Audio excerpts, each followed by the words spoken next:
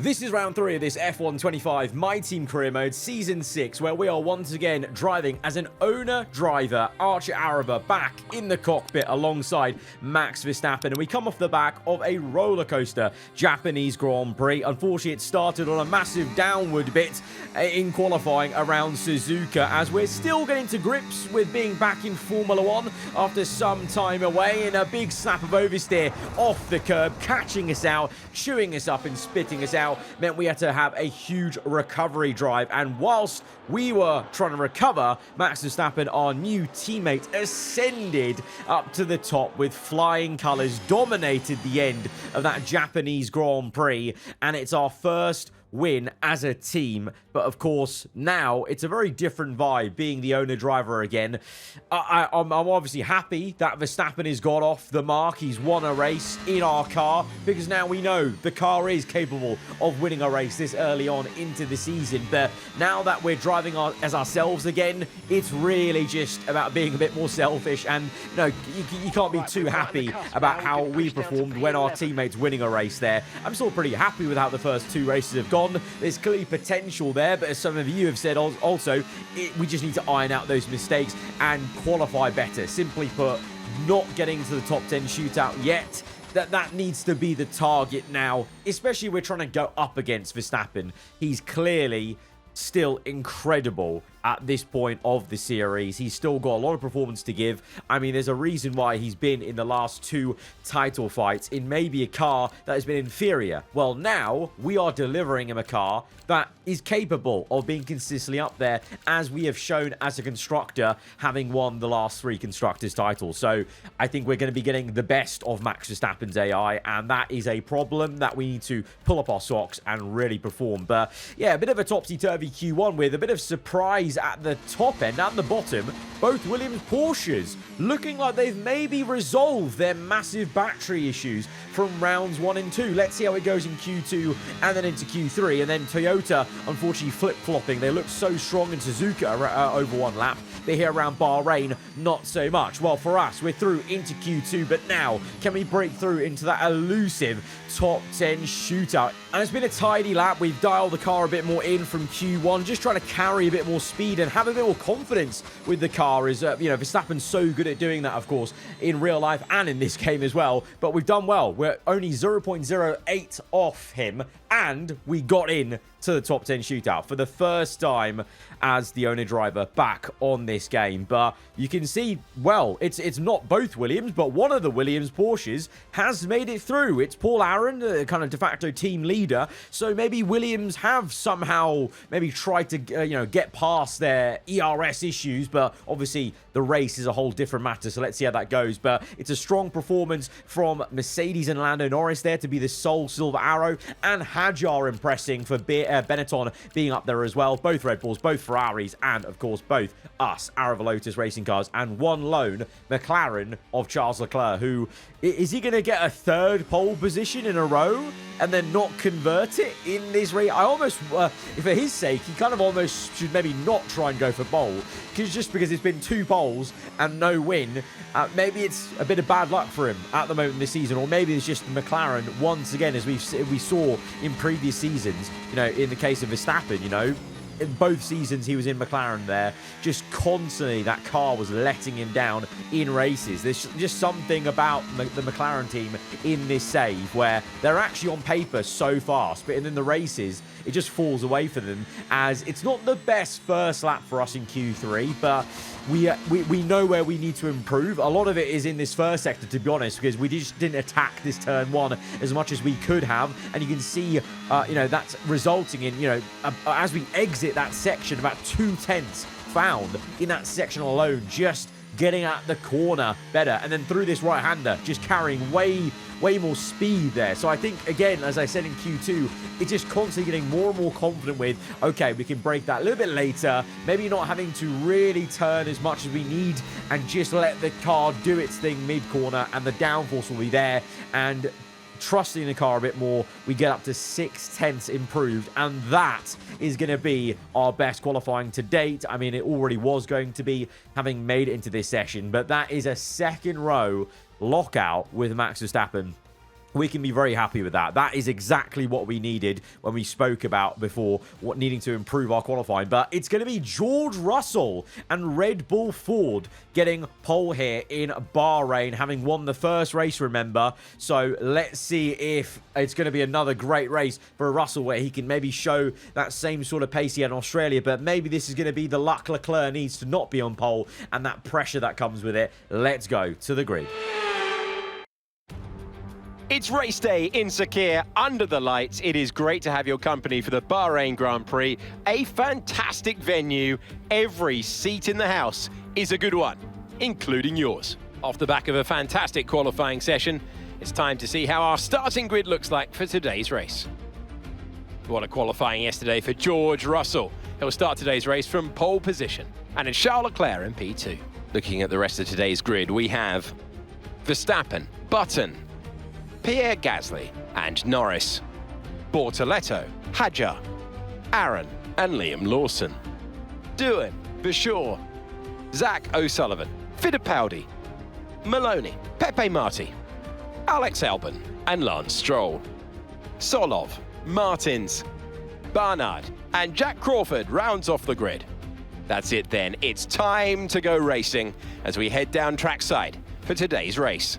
Well, seemingly everyone thinks the tyre wear is going to be so high that most of us are starting on the hard compound. There are a few odd outs, including Leclerc and Pierre Gasly. I'm already dreading maybe what that's going to mean for McLaren, because usually they choose just the wrong way to go in this series with the tyre choices. Russell, I think, is on the soft, if I look ahead. I think so. He's gone even more aggressive, but majority of this grid are on hards, which is an odd choice in real life and in the game, really, to start on the hardest compound, because it maybe also boxes you in a bit, because you do have to try and go as long as you can in that first stint then to kind of make the most of it, because if you pit too early, then you're really in trouble, because then you're going to have to make extra stops or going to have to go even longer on softer compounds. So it is a bit of a gamble that most of us are also going on, but I suspect this also means that the tyre wear is going to be incredibly high in this race. So maybe a nailed-on two-stop, which will make things interesting for strategy with the undercut and such. But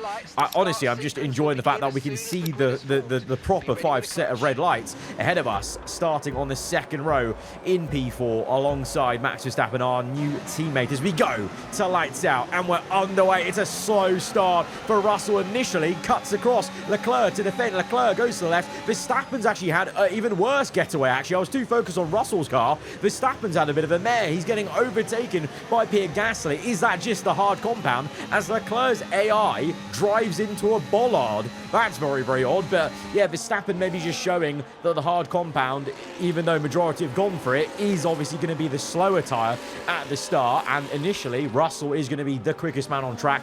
Leclerc, Gasly closely following behind on the medium. And that is why you're seeing Gasly all over the back of me. If you watched last episode, though, you know we had plenty of issues with Pierre Gasly and Russell. Both Red Bull Fords have become enemies of us straight away in this season back in F1, driving as ourselves. Gasly overtakes me with ease. I didn't really put up much of a fight on purpose, to be honest, because it's kind of one of those things of maybe we have to accept that he's going to overtake us. Obviously, we'll try and repass him if we can, but he may just be quicker at this stage, as we see Bortoleto looking for the pass on Verstappen in the Ferrari. The red number 5 has impressed so much so far in this season. Really good race for him in Suzuka to get on the podium, and now attacking the race winner in Japan. Verstappen holding him off, though, in P5, and he'll be hoping to get his head down to try and push away and maybe close up to ourselves, because we're not looking that quick anymore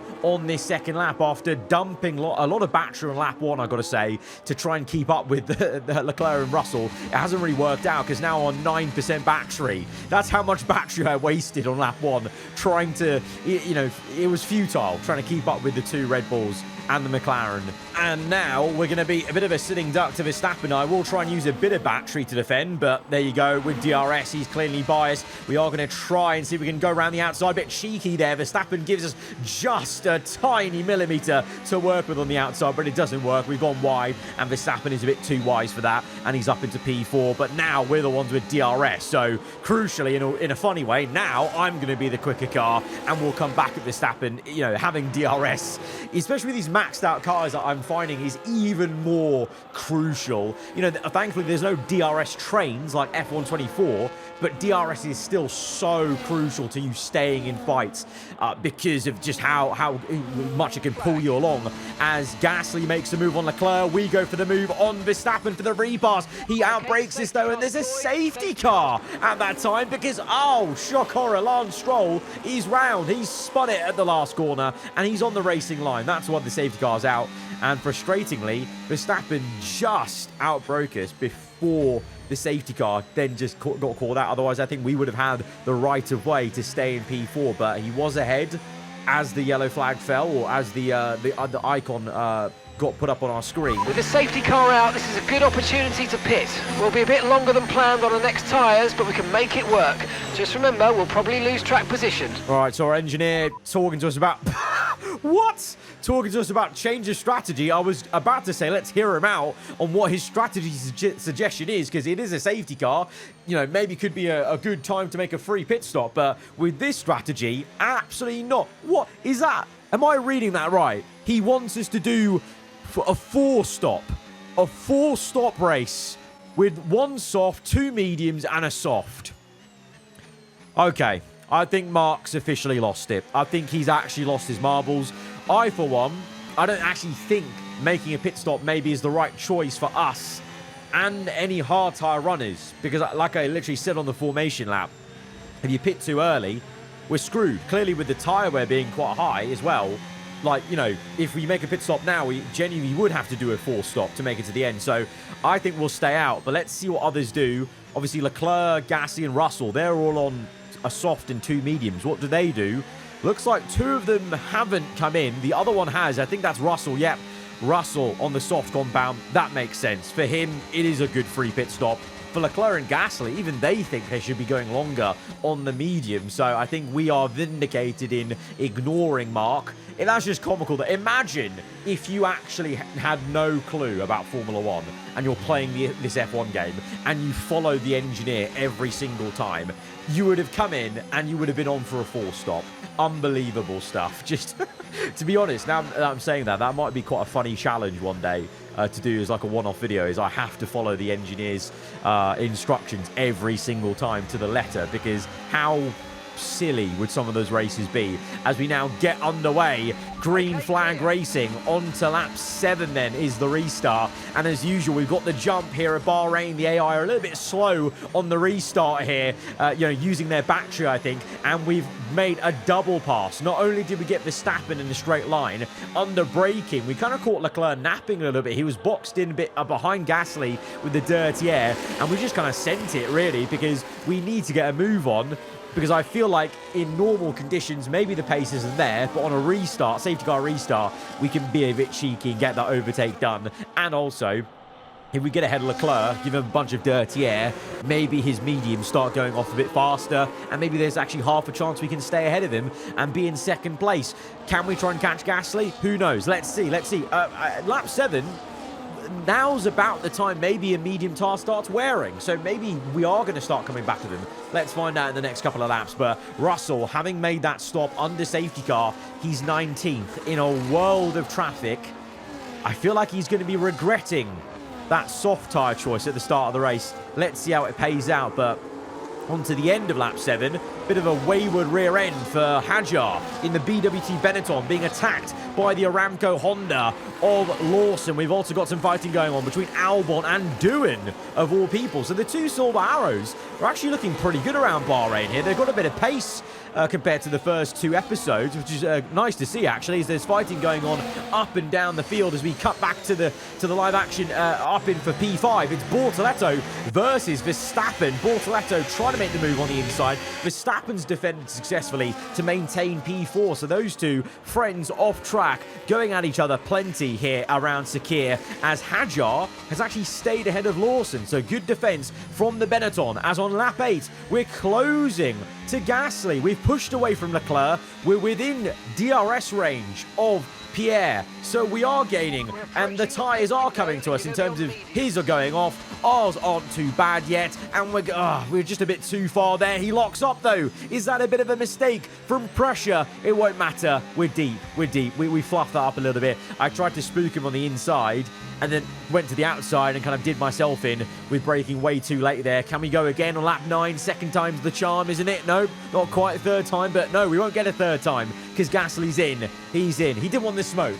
Pierre didn't want this smoke. He knows I might be a little bit pissed off at what happened at Suzuka when he squeezed me off and I span because of it, so maybe he just didn't want the smoke today and he's come in. So that leaves us out in the lead of this race. Verstappen second, Bortoleto third, Norris up to fourth, then Hajar P5.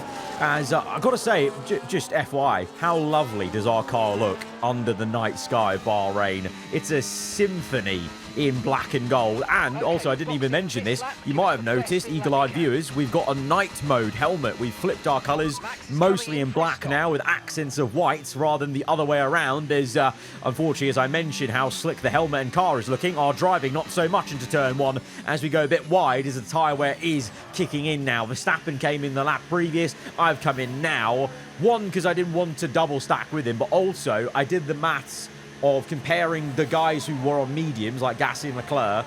I basically had to get to lap 11 to kind of make it work in my head, because now we can do an even split, I believe that is, of 18 laps, 9 laps on the medium tyres basically, and have it like an equal level of stints, as we're going to be coming out just ahead of a Leclerc who has done a purple lap time. So the McLaren with warmed up tyres is absolutely on it, and we're going to be a little bit of a sitting duck on cold tyres. Leclerc with all the pace in the world, momentum in the world, DRS open, and he makes the move on the inside. We try to come back at him a little bit, but bless us for thinking we could try and maybe make that repass.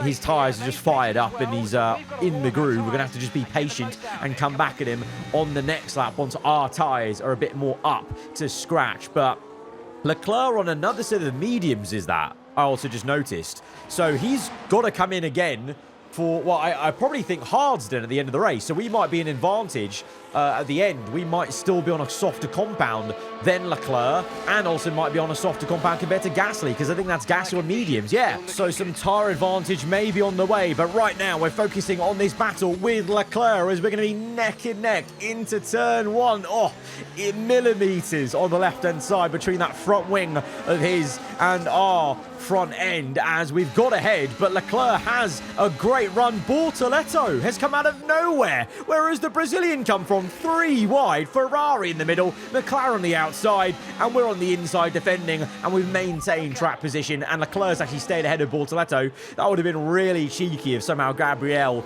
got ahead of one of us even, because I think we're too busy fighting each other to even see where the Ferrari came from. And up ahead, look at Marty in the Toyota Gazoo racing car, holding up Gasly a treat. Even though he's on older hard tyres, Marty is holding up Gasly so much. Look at the background. Just in that couple of corners alone, ourselves and Leclerc and Bortoleto, we're now right there with Gasly pretty much. He was a couple of seconds down the road, I swear, only a lap ago, and now Marty has held him up so much that we could be looking to line up a pass very soon on the Red Bull that was looking to pull away. Instead has been backed up into us, but we've got more things to worry about. No DRS here and 0% battery to defend Bortoleto, who has got Leclerc. And we're having a nightmare at turn 1, you know. We had issues with it in qualifying, and we're just not perfecting it in the race either. And the Ferrari has absolutely rinsed me round the outside with the traction, and also just probably acceleration with a bit of battery use, because I imagine he's got way more battery than me. That's been another thing in this race. Where has the battery gone? You know, with maxed out cars, it's not really much of an issue most of the time, but in today's race, multiple times I'm finding myself down in single digits of battery as we get to turn 1. I think we're maybe overusing it in in some parts of the circuit where we can maybe get away with not deploying battery. So maybe let's try and practice that maybe a little bit if we can. You can see I'm only sparingly using it now. We're back up to 40%. As Bortoleto, having overtaken me, I thought, okay, maybe we can follow him along as he tries to attack Gasly. I didn't think he was going to attack Gasly straight away. So that Ferrari has come alive on those mediums for Gabriele Bortoleto, and he's looking incredibly quick, pressurizing Gasly. But now you can see the plan is working. We are sticking with the Ferrari, and he is pulling us toward Gasly. So getting overtaken by the Ferrari wasn't too bad, to be honest, because it's keeping us in the fight here, as there's a big gap from Norris to Hadjar. So the top 6 are in a world of their own here in this race, and then it's the rest of the field, and it's incredibly close between a lot of those different teams. But I suspect a lot of the midfield lower teams, I think they're really struggling on their tyres, and so that's why they're just not really a factor in this race as much. And it's also the higher rated drivers, you know, shock horror, performing better in a race like this, where we're 3 wide and we're looking for 1-2 passes maybe, as for once we can slow down the car into turn 1. We actually put on the dampers and try and get the better exit, because we know we have DRS to make the pass here rather than trying to finish the move off at turn 1, and we get up into P1 with that. Gasly taken on the main straight, Bortoleto on the exit of that section, and we lead the race right now. But now we're under pressure. We're the ones with no DRS, and into the left-hander. No! So easy to do, and it's horrendous when it happens. Massive lock-up on the front left tyre. That's going to be a flat spot, and the Ferrari overtakes us on the left. He's got DRS. We did use plenty of battery, but you just see it's no match for when you've got DRS and DRS. That combo is just deadly, and you may as well just save battery in those instances. And now we've got company of Gasly. Verstappen's in the mixer as well, and you can see there's the entire top 6 is on the same straight. So this is incredibly close as we let off throttle, and I'm trying to play a bit of a 4D chess game, because we're too far away from the Ferrari to really get much of a slipstream. So even with DRS, I would have been a sitting duck to Gasly. This way, at least, we're the ones chasing.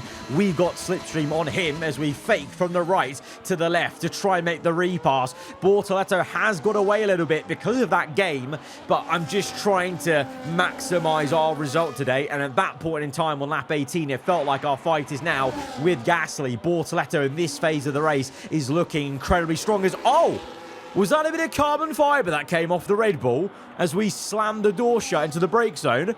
I think that may have... Oh, yeah, there's no end plate on the Red Bull Ford. That may have been a bit of poetic justice for what happened in Suzuka. As further down the road, we see Lawson, Albon and Hadjar scrapping. So that's a nice 3-way fight for the last couple of points in this race. So even though we haven't seen maybe a lot of the action elsewhere in this race, believe me, it is occurring, and there's plenty of little fights going on, even for the wooden spoon of no points down in like 20th place. The Audis and the Toyotas are scrapping away, but we just can't cover it all as we come in to the pit lane with orange marker tyres on the heads-up display. So we really wrung the neck out of those mediums, and we kind of timed it to perfection with this whole 9-lap split as we come in then for another set of medium tyres. Bortoleto has come in at the same time as well, and well, Verstappen's carried on, so Verstappen's doing a bit of an overcut. I don't know if that's going to work, to be honest, looking at the tyre where we had, as we're going to come out. Oh, this is going to be awkwardly just behind Hadjar. So he's going to give us a little bit of dirty air. I'm going to have to make an overtake that I'd rather not have to do. And so that will give Bortoleto a bit of breathing room, who is, you know, a further 1.8 seconds is that down the road from Hadjar. And, oh, Hadjar, we overtake him on the outside. It's a nice move, don't get me wrong, but that right there has now made the gap 2.6. So we've got a lot of work to do to bridge that gap, because Bortoletto's also bloody quick. 3.8! The gap's gone up to 3.8. I'm pushing like a stabbed rat down to single-digit DRS again, and Bortoleto is just waltzing away from us. What a Ferrari cooked up in this race.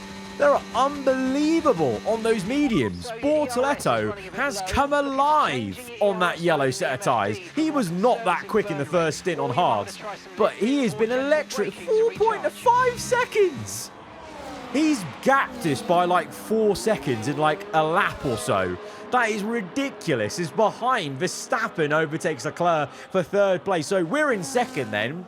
and we're quite some away from Verstappen. So, knock on wood, are we on for our first podium as ourselves?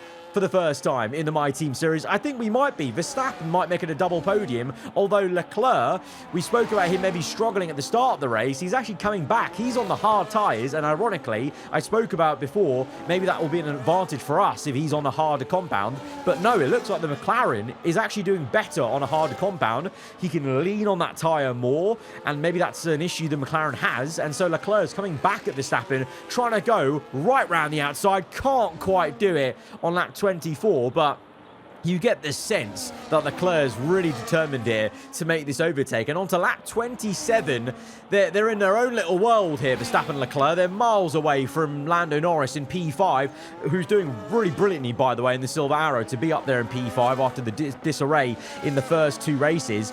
Leclerc's up to 3rd. We're still 2nd, but Bortoleto is 7.2 seconds ahead in P1. Unbelievable pace from the Brazilian in the Ferrari. The red number 5 is truly back in the game in Formula 1. As Lando Norris, like I said, is in no man's land. P5 really well. Lawson up to P6, holding up Albon. For sure is end up in P8. How's that? Where's Hadjar gone? Hadjar, P16. What's happened to Hadjar's race? And Russell, you may remember, pit under the safety car. He's recovered to P9, but he was on pole. So that just shows his tyre choice of softs at the start really killed him with that early safety car. And obviously Gasly with the damage way down in P21 as we go on to the last lap of the Grand Prix. So if we were really frustrated by Red Bull Ford last episode, this episode feels a little bit like karmic justice in that department as Albon has overtaken Lawson to make it up to P6, but it's no match for how well his teammates done today. Russell's made up to P8, so he's actually recovered somewhat well from an annoying situation for him. For sure, fair play. I maybe gave him some shtick in the first episode of the season, but he's done really well in this race to be P9, whereas Hadjar's fallen away somehow. And like I told you guys before, there's plenty of battling going on, even if you're not seeing it on the highlights reel. It's Cadillac versus the Benetton onto their last lap of the race. It's Hadjar versus Fittipaldi. Barnard's also quite close, right up behind, in Crawford not too far ahead. And by the way, we haven't mentioned it, but Williams Porsche, for Paul Aaron's great performance in qualifying, again in the race they've fallen away, so there are still teething issues to fix with the Williams Porsche team. But all eyes are on the number 5 in red. It's not Sebastian Vettel, it's Gabriel Bortoleto, who is bringing a win to Maranello for the first time this season. Bortoleto with an emphatic win here at the Bahrain Grand Prix. And look at this. Leclerc was so good on those hards that he's actually caught up to me, and he actually pressurized me on the last corner, but we've held on nerve, thankfully. And we've got our first podium as the owner driver again on the F1 25 My Team series. That's a really, really great third race and something we can hopefully build on. The Brazilian driver will see the checkered flag first.